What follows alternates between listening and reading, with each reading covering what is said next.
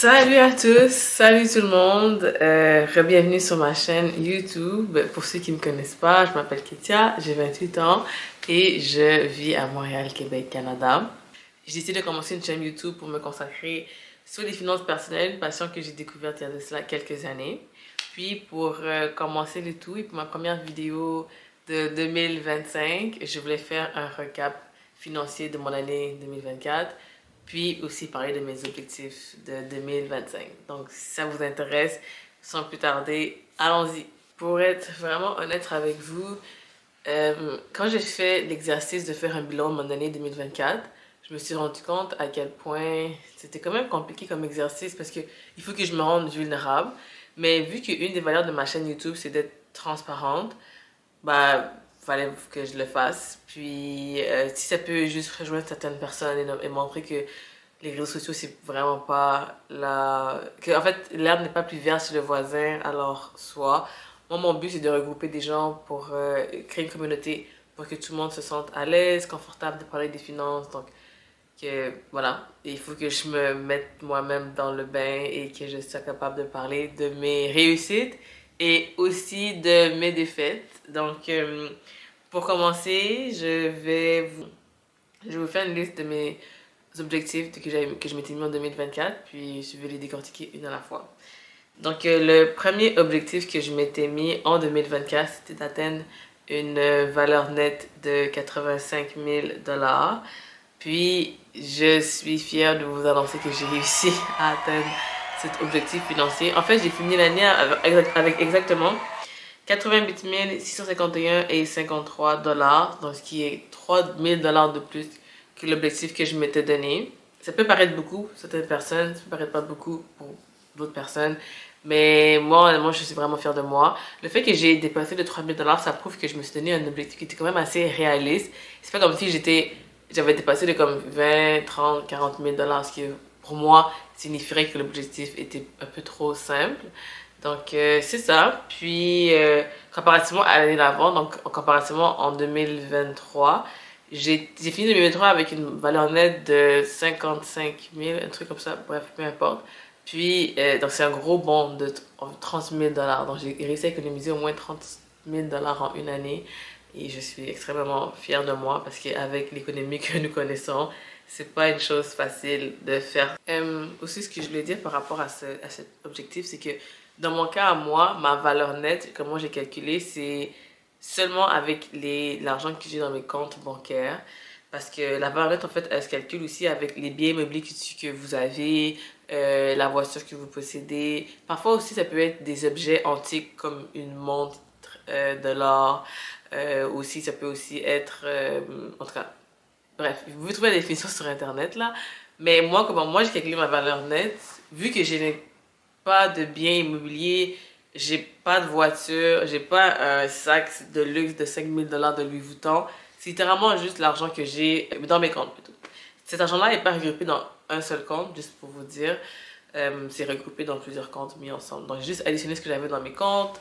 Puis, ça m'a donné, comme je vous dis, une valeur nette de 88 000 $. Je tiens aussi à dire que pour ma valeur nette, aussi le fait que j'ai réussi quand même à l'augmenter, c'est pas juste en économisant de l'argent, mais aussi j'investis cet argent, donc il y a une partie de cet argent qui est investi à la bourse. Puis ceux qui sont investis à la bourse, vous savez que cette année, ce fut une année pratiquement record et les rendements sont dans la majorité des cas dans le positif. Donc ça m'a beaucoup aidé aussi à augmenter ma valeur nette. Donc je veux pas me lancer juste des fleurs à moi, mais c'est aussi la bourse aussi, elle a bien performé cette année. Donc ça m'a aidé à faire augmenter ma valeur nette. Le deuxième objectif que je me suis donné, c'était d'avoir une moyenne de dépenses variables de 1 000 $ par mois. Ce que je veux dire par là, c'est que Brennan et moi, on a un budget qui a été créé par Brandon. Puis dans ce budget, dans ce template, on a une catégorie qui est dépenses variables. Bref, à chaque mois. Puis je voulais dépenser moins que 1 000 $ dans cette catégorie des dépenses variables. Mais dans les dépenses variables, il y a plusieurs sous-catégories. Donc il y a genre activité avec les amis, activité avec Brandon, self-care, shopping, vêtements, restaurants, etc. Puis je voulais que pour l'ensemble de ces sous-catégories, je dépense moins que 1 000 $ par mois en moyenne.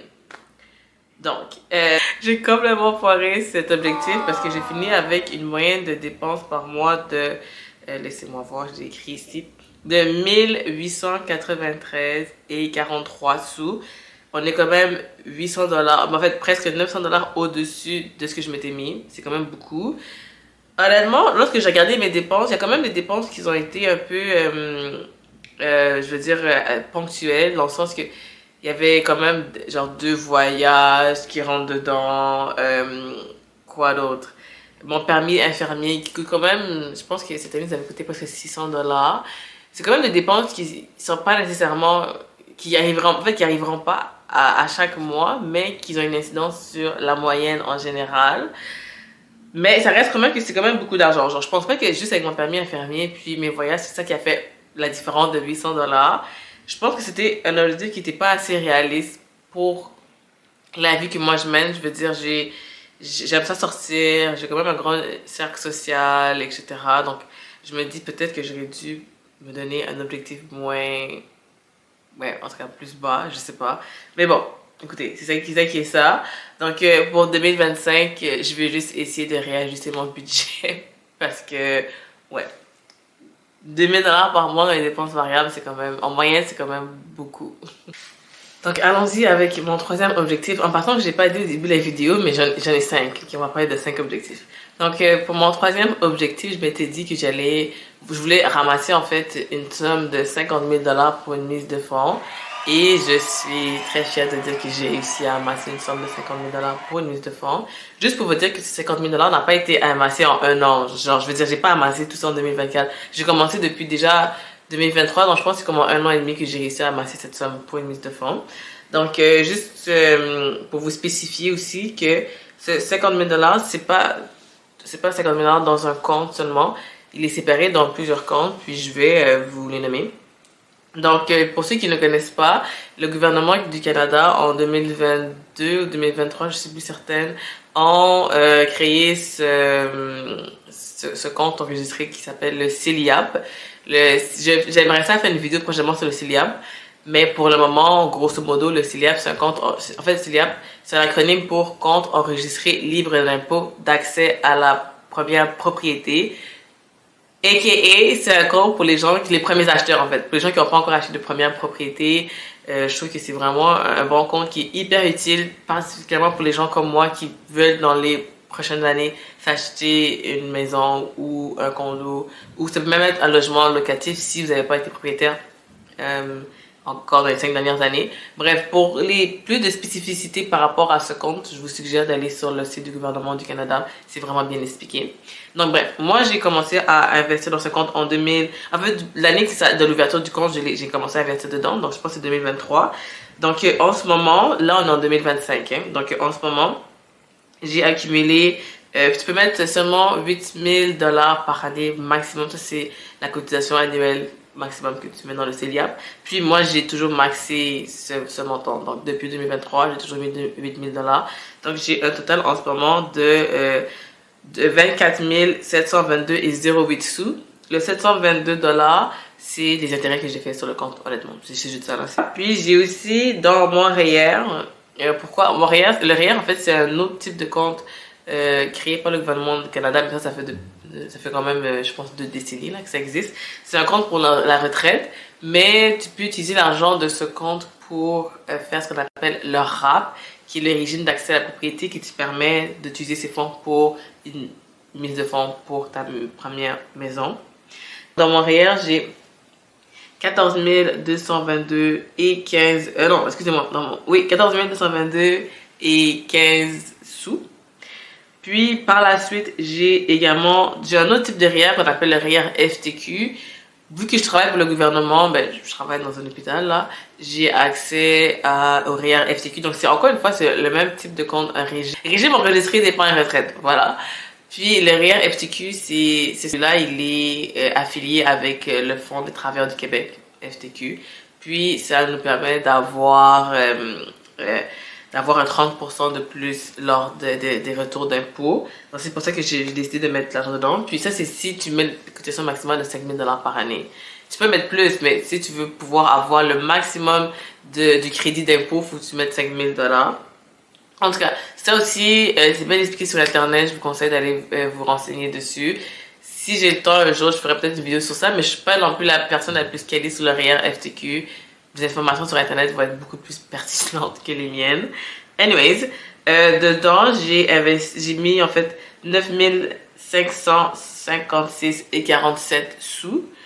Puis, dans un autre compte à intérêt élevé, là, genre spécifiquement juste pour la mise de fonds, j'ai environ 2500 accumulés dedans. Donc, si on additionne ces trois montants, je suis à un total de... Au moment de faire la vidéo, hein, le moment que je vous parle, mais peut-être que ça va augmenter. Honnêtement, je suis vraiment contente. C'était un objectif qu'on s'est donné depuis un bon bout. Moi, en fait, Benoît et moi, dans le même objectif, c'est de mettre 50 000 $ chacun pour une mise de fonds, pour avoir un montant de 100 000 $ pour l'achat de notre première propriété. Pour être vraiment honnête avec vous, on ne sait pas si on va acheter une propriété dans les prochaines années. On est en train de réévaluer ce plan de vie, de voir si c'est quelque chose qui nous intéresse, parce que quand même, être propriétaire, ça vient avec ses bons côtés, puis ses mauvais côtés. Puis on s'est dit que peut-être que si on met cet argent-là ailleurs, puis on l'investit d'une autre façon, ça pourrait être plus lucratif pour nous. Encore une fois, l'argent est là. Si on décide d'acheter une maison, on a déjà un bon montant d'accumuler. On va continuer aussi à accumuler, à investir, cotiser dans notre CELIA, parce que pourquoi pas. Puis c'est ça. Donc on verra avec le temps, mais je suis vraiment contente d'avoir pu finalement amasser ces 50 000 $. Pour moi, c'était un chiffre assez décisif. Ouais. Donc, le quatrième objectif que je m'étais donné, c'était d'investir 2 000 $ dans mon CELI. Le CELI, c'est un autre compte d'épargne créé par le gouvernement du Canada. Donc, c'est le compte d'épargne libre d'impôt. C'est un compte qui te permet d'investir, où tu peux investir ton argent sans payer d'impôt. Bref. Mon but, c'est de mettre 2 000 $ dans mon CELI cette année parce que j'ai comme pris une pause dans mes contributions du CELI. J'ai, en effet, comme vous avez pu voir dans mes objectifs précédents, j'ai plus décidé de mettre dans mon CELIAP et dans mes REER pour optimiser ma mise de fonds pour ma maison. Mais je vais quand même mettre un petit 2 000 $ dans mon CELI, mais j'ai mis 0 $ cette année dans mon CELI. Écoute, l'année passée plutôt. Ce sont des choses qui arrivent.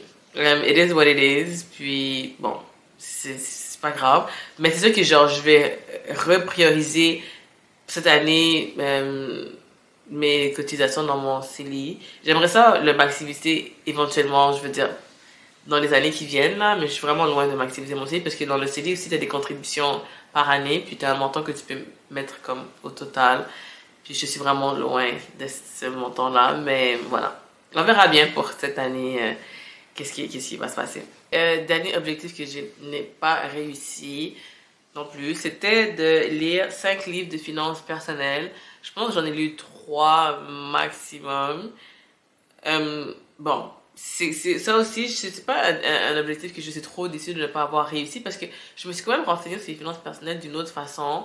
Même si c'est pas juste en lisant des livres, j'ai écouté beaucoup de podcasts, je regarde énormément de vidéos YouTube, une raison pour laquelle ça m'a motivée de moi-même faire des vidéos YouTube. Je lis des articles dans le journal, sur des groupes Facebook par rapport aux finances personnelles. Je veux dire, je me suis pas renseignée au travers de bouquets, mais je me suis renseignée d'une autre façon. Aussi, ce que je me suis rendu compte, c'est que même si les finances personnelles, c'est un sujet qui est quand même assez large et qui comporte plusieurs sous-dimensions, je trouve qu'au final, chaque livre, en fait, ouais, les livres des finances personnelles, ils disent à peu près la même chose, genre comment budgéter, la règle de 30-20-20, l'importance d'économiser de l'argent, de vivre en dessous de ses moyens, etc. Puis c'est ça. Donc je veux dire, c'est pas mauvais. Chaque livre vient avec sa façon de raconter des choses. Je veux dire, la narration est différente. Puis le regard des finances personnelles est un peu différent, mais au final, c'est ça. Pour moi, qui a quand même lu beaucoup de livres des finances personnelles au travers des dernières années, puis je me suis souvent renseignée, je trouve que ça commence à devenir un peu redondant. Mais puisque j'adore lire et à chaque livre, même si c'est juste une phrase, j'apprends toujours quelque chose en lisant un livre, donc moi ça me dérange pas. Mais c'est ça. Donc pour faire un résumé de mes 5 objectifs, j'en ai réussi, laissez-moi voir, j'ai même pas compté. J'en ai réussi 2 et demi Pour le dernier objectif, celui des livres, je me mets quand même 1 sur 2, ok? Donc, j'ai quand même réussi 2,5 sur 5 de mes objectifs que je me suis donné en 2024 pour mes objectifs financiers. Donc, c'est pas super, c'est pas super. Je suis quand même fière de moi, mais voilà. Je vais essayer de faire mieux pour 2025. Donc, en parlant de 2025, le prochain segment de cette vidéo, on va parler de mes objectifs financiers pour l'année 2025.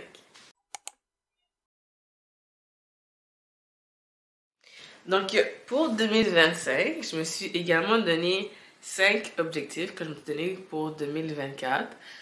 Donc, le premier objectif que je me suis donné, c'est d'atteindre 100 000 dollars de valeur nette. Pourquoi 100 000 dollars? Pour plusieurs raisons. Parce que 100 000 dollars, on dirait que c'est un chiffre assez décisif. C'est un chiffre quand même concret. Dans le domaine des finances personnelles, on parle quand même souvent de ce fameux 100 000 dollars. On dirait qu'à partir de 100 000 dollars, c'est comme si tu revivais. Puis, pour moi aussi qui investis mon argent, c'est un montant avec lequel j'ai l'impression que mon argent va commencer à travailler pour moi. Donc, bref. Je suis rendue, comme vous savez, à 88 000 et quelques sous, là. 88 000 dollars de valeur nette. Donc, il faudrait que j'accumule 12 000 dollars en une année. Pour ceux qui m'ont bien suivi, ils vont se dire, bah, ça va être facile pour toi parce que tu as quand même économisé 30 000 l'an dernier et c'est très vrai. C'est très vrai. Mais aussi, cette année, il y a quand même des grosses dépenses qui arrivent pour moi dans ma vie. Ben, je prévois, pour ceux qui ne savaient pas, je prévois me marier. Je suis fiancée. Donc, depuis récemment, depuis septembre 2024. Je suis vraiment contente en passant. Anyways, oui, donc je suis fiancée depuis la fin de l'année passée. Donc, cette année, on va vraiment être en mode organiser le mariage. Puis, pour ceux qui se sont mariés, vous savez comment les mariages peuvent être dispendieux. Donc, je ne sais pas si je vais vraiment réussir à atteindre ce 100 000 dollars. J'aimerais ça. Puis, c'est ça. J'aimerais faire une vidéo spécialement consacrée à atteindre 100 000 dollars de valeur nette. Je trouvais que ce serait un bon montant à atteindre. Là, j'ai 28 ans. Je pourrais dire que j'ai atteint 100 000 dollars avant mes 30 ans. Et ça, c'est seulement dans mes comptes. Hein. Encore une fois, j'ai pas acheté de biens immobiliers, etc. Il y a des gens dans mon entourage que je sais qui ont déjà atteint ce montant. Des gens plus jeunes, des gens plus vieux que moi. Donc, honnêtement, ça, c'est juste une quête de moi envers moi-même. Je veux dire, je ne sais pas de me comparer aux autres personnes. Puis, ceux qui sont de mon âge ou qui sont plus jeunes et qui ont déjà atteint cette valeur nette, pour de vrai, chapeau bas, je vous félicite. J'espère que 2025, ça va être mon année aussi. À moi, honnêtement. Donc, stay tuned. Stay tuned. Le deuxième objectif que je me suis donné, pour cette année, c'est de cotiser 7 000 dollars à mon CELI. Il y en a peut-être qui vont rire de moi parce qu'ils vont dire, ben, Kétia, l'année passée, tu as mis 0 dollars dans ton CELI alors que tu voulais mettre 2 000 dollars. C'est très vrai. C'est très vrai. Mais là, j'ai revu mes priorités. Puis, cette année, j'ai vraiment envie de mettre dans mon CELI 7 000 dollars. Pourquoi 7 000 dollars? C'est un chiffre qui est même assez précis. C'est que c'est le montant des contributions maximales que tu peux mettre dans ton CELI cette année. Pour ceux qui ont déjà accumulé, qui ont déjà maximisé toutes leurs contributions les années auparavant. Moi, j'ai pas maximisé mes contributions. Je suis pas en voie de maximiser mes contributions non plus. Mais je me dis, si je commence à mettre le 7 000 dollars par année que j'ai droit et je maintiens ce rythme pour les années qui viennent, mais c'est une bonne discipline que ça me donne. Puis si j'accumule des montants par-ci par-là, je veux dire des bonus ou bien, je sais pas, des retours d'impôts, bref, des montants ponctuels que je peux mettre dans mon CELI pour me permettre de rattraper les années perdues, bah tant mieux. Mais c'est ça. Donc à partir de cette année, j'aimerais ça à chaque année pouvoir maximiser les contributions annuelles que le gouvernement nous permet. Ça serait vraiment mon objectif. Donc c'est ça. C'est pour ça, c'est de là vient le chiffre, le fameux 7 000 dollars. Donc, un autre objectif que je me suis donné pour 2025, le troisième objectif, c'est d'économiser 10 000 dollars pour mon mariage. Bon, 10 000 dollars, c'est ma partie à moi. Puis Benoît, il mettrait également environ 10 000 dollars également. Donc, 20 000 dollars pour notre mariage. Je sais pas si c'est un nombre qui est réaliste, mais on a fait nos maths, puis on s'est dit que c'est le montant pour lequel on est prêt à mettre personnellement. Donc, on s'est dit qu'on était prêt à mettre 20 000 dollars pour notre mariage. Si ça nous coûte moins cher, tant mieux. Si ça nous coûte plus cher, tant pis. Mais on va être réaliste, je veux dire, c'est quand même une seule journée dans notre vie. Puis, malgré le fait que je suis une personne qui adore les célébrations, puis j'aime ça regrouper mes amis, ma famille, il faut quand même que je me dise, est-ce que ça vaut la peine de mettre un aussi grand montant. En tout cas, plus que 20 000 $ dans le mariage. En tout cas, bref. Ça reste à voir, ça reste à voir. Nous, c'est ça, comme je dis, nous, on est confortable avec ce montant-là. Puis, le mariage, c'est vraiment... En tout cas, pour ceux qui sont dans le processus, là, je vous comprends 100%. It's really ghetto out there, guys. Le vrai, c'est... Je savais déjà avant que j'entreprenne les démarches, mais maintenant que je suis activement dans les démarches, je suis comme, oh my god, c'est chaud. C'est chaud parce que même pour les choses les plus basiques, honnêtement, ça coûte cher. Ça coûte quand même cher. Genre juste pour des fleurs, puis les venues, le traiteur, ça coûte cher. Là, même si tu veux pas aller quelque chose dans notre extravaganza, ça coûte cher. Donc ouais, Benoît et moi, on essaye de mettre notre argent à la bonne place par rapport à notre mariage, mais on va voir, on va voir. Puis comment je pense obtenir ce 10 000 $? Honnêtement, pour les infirmières qui travaillent comme moi, on sait tous qu'on devra recevoir très bientôt notre rétroaction. Selon les estimés, je suis censée recevoir brut environ 10 000 $, mais on sait qu'avec les taxes, etc., ça va vraiment être la moitié de l'argent. Bref, c'est pas grave. Puis pour le reste, je pense que au retour d'impôt, le retour d'impôt que je vais avoir aussi, ça va peut-être être autour de 3 000 $. Ça, c'est comme des calculs que j'ai fait moi-même. Donc on est quand même à 8 000, puis je mettrai de moi-même 2 000 $, donc peut-être 10 000 $. C'est comme ça que je me vois financer mon mariage. Again, est-ce que ça va être ça? Je sais pas, mais c'est l'objectif que je me suis donné pour 2025.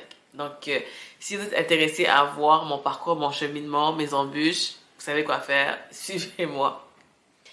Mon objectif numéro 4, c'est de maintenir une moyenne annuelle de 3, combien je me suis mis? De 200, oh my God, 200 $ par mois pour les activités sociales avec mes amis.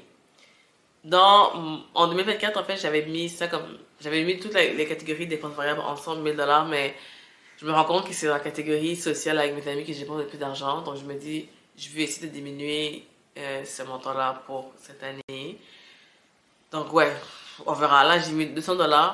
La moyenne de l'année passée, c'était 285. Donc, c'est quand même un reach, là. 200 $, je ne sais pas si je vais y arriver. J'espère. Ça va me motiver. Le fait que je vous en parle et le fait que je le dis vers maman et que je me filme et que je vais la publier sur YouTube, pour moi, c'est juste une motivation. C'est juste une motivation parce que si je réussis pas, ma fierté va me prendre un coup et mon orgueil va me prendre un coup. Honnêtement. Je me dis, je suis capable. Je suis capable. Écoutez, je vais essayer de faire des activités gratuites. Pour mes amis qui m'écoutent en ce moment, on va essayer de faire des pique-niques, beaucoup de pique-niques, intérieurs ou extérieurs, peu importe. Prendre des marches, guys, on va prendre des marches, on va faire des hikes. En tout cas, c'est ça. Le but, c'est vraiment de juste faire des activités gratuites. Je pense que c'est comme ça que je vais réussir.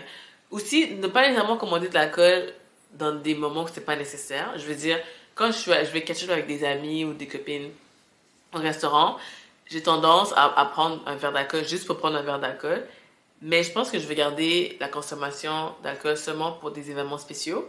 Par exemple, un anniversaire, ou une célébration de fiançailles, ou une production de crémaillère. Vous comprenez un peu le bain? Donc, ça m'aiderait, je pense, parce que l'alcool, ça coûte cher. Ça coûte cher quand même pour rien. J'ai pas besoin d'avoir comme un cocktail ou bien un verre de vin pour juste écouter mon ami parler de ses expériences de l'année, là. Je veux dire, c'est ça. Il faut que je priorise certains trucs. Donc, voilà. Je pense que... Bref, je me suis donné quelques stratégies, puis on verra comment ça fonctionnera. Mais voilà, ça c'est mon objectif numéro 4. Et pour mon 5e et dernier objectif, je me suis dit que j'aimerais augmenter mon fonds d'urgence.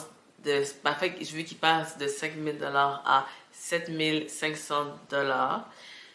Donc, ça serait une économie. En fait, je devrais économiser 2 600 $ cette année pour atteindre cet objectif.